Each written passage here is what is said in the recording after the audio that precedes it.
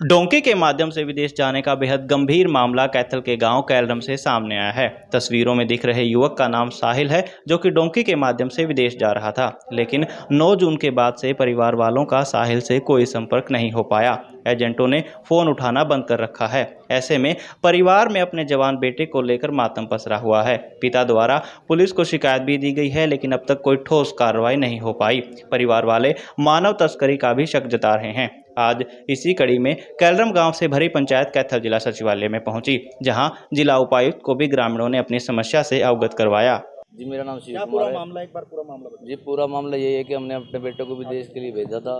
बच्चे की जिद थी कि मेरे को विदेश जाना है, तो हमने उमरपाल राणा और प्रेम और इनके साथी पवन से बातचीत हमारी बढ़ी और ये 26 तारीख को हमारे बेटे को लेकर आगे चले गए और इन्होंने उसकी फ्लाइट करवा दी। उसके बाद 8 तारीख तक, जो पीछे 6 महीने की 8 तारीख इस तक हमारी बातचीत उनके साथ होती रही और 8 के बाद हमारे पास ना ही कोई उनका मैसेज है, ना कि उनसे कॉल पे बात हो रही है।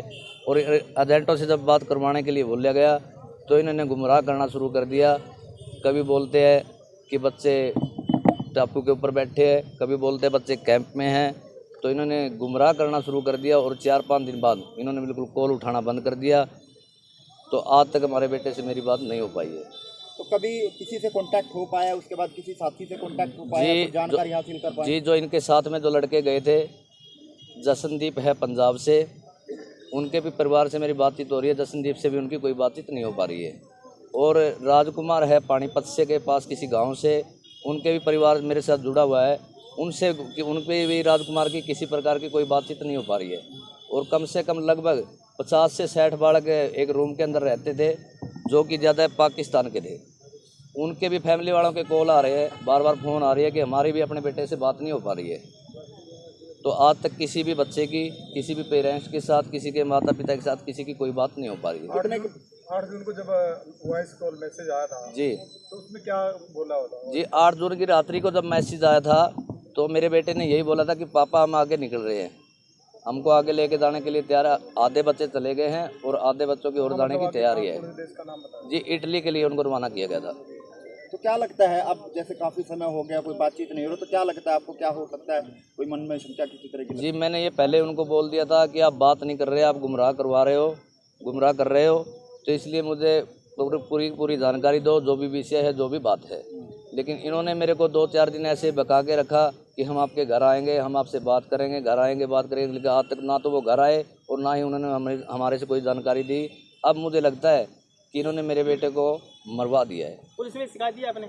जी, मैंने पुलिस में SHO थाना में SHO कलायत के सामने FIR दर्ज करवा दिया। FIR दर्ज करवाई, जिसका FIR नंबर 188 है। उसके तहत इन्होंने मामला दर्ज करके धारा 420 और धारा 406 और धारा 24 के तहत मामला दर्ज किया है।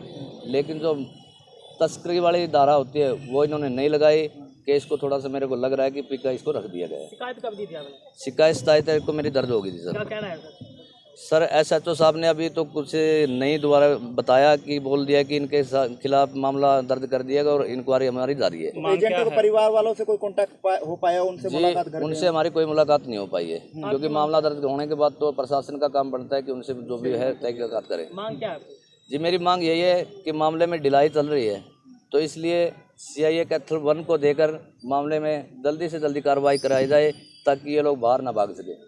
सर, आज यहाँ कैथल आप आए हैं, तो आज किस उद्देश्य से आइए सर? जी, हमारा कैथल में जो विषय था मिलने का पूरे ग्राम निवासियों का, यही था कि हम SP साहब से मिलेंगे और DC साहब से वो ज्ञापन सौंपेंगे कि इनके खिलाफ जल्द से जल्द सख्त कार्रवाई हो।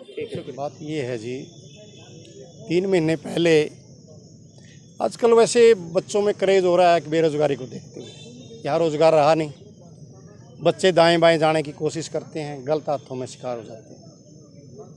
24 मार्च की बात है, भाई शिव कुमार ने अपने बेटे को बाहर पहुंचाने के लिए कलायत के उमरपाल राणा, जींद के सैनी साहब हैं और प्रेम है कैथल से, जींद के पवन सैनी हैं और ये क्या नाम प्रेम है जो कैथल से है।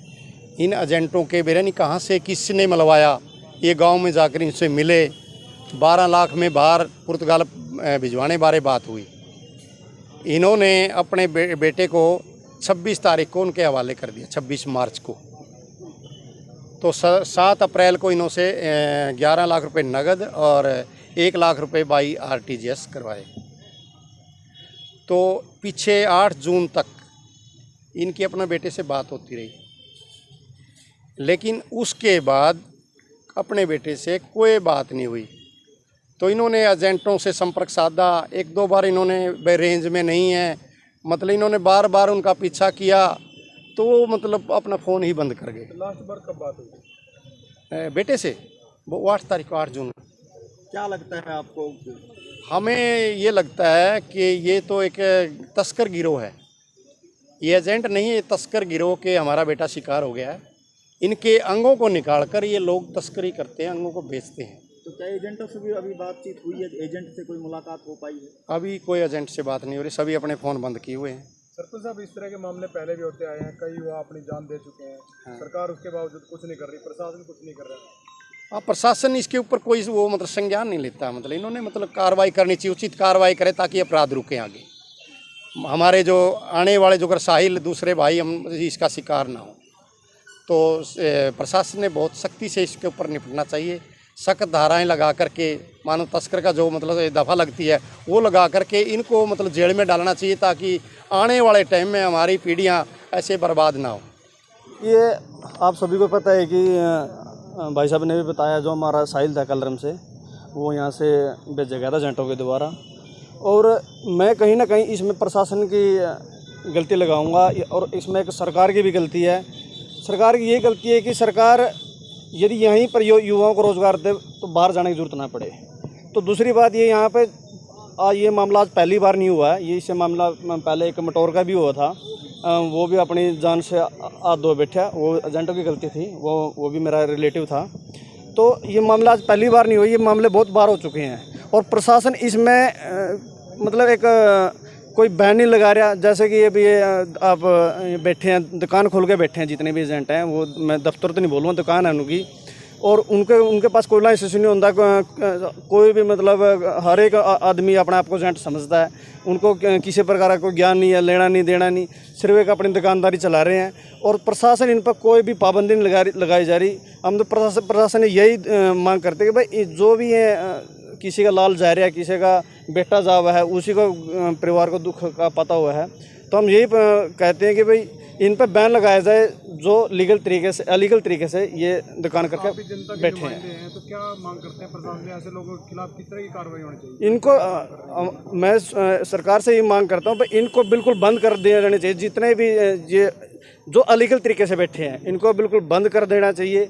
और जो अच्छे तरीके से ये काम करते हैं वो सोचते काम करो, लेकिन जो गलत तरीके से बैठे हैं उनको बंद करना चाहिए, बिल्कुल उनके खिलाफ कार्रवाई भी होनी चाहिए। मास्टर सतवीर गोयत, राज्य उपाध्यक्ष आम आदमी पार्टी हरियाणा।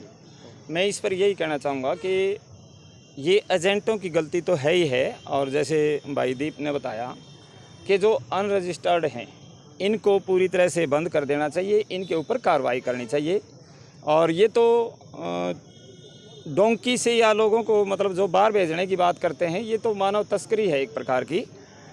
रजिस्टर्ड हैं कोई बाइलाज जो पूरे करते हैं, वो बेशक रहें, स्टडी वीज़ा करवाते हैं, उससे अगर बच्चे जाएं तो दूसरी बात है। इसी तरह की घटनाएं बहुत पहले अपने मटोर में भी हो चुकी है, और आज भी हमारे सैकड़ों बच्चे पनामा के जंगलों में भटक रहे हैं। इसका जिम्मेवार सीधी सीधी तो सरकार है, जो ये एजेंटे बच्चों की मजबूरी का फ़ायदा उठा रहे हैं, और पेरेंट्स अपने दिल के टुकड़े को अपने से अलग करके जंगलों में भेज देता है। वो सिर्फ़ और सिर्फ मजबूरी है। अगर यहाँ रोज़गार मिलता तो ये नौबत नहीं आती। तो हमारा कहना यही है कि सरकार इनके ऊपर कार्रवाई करे और लगाम लगाए।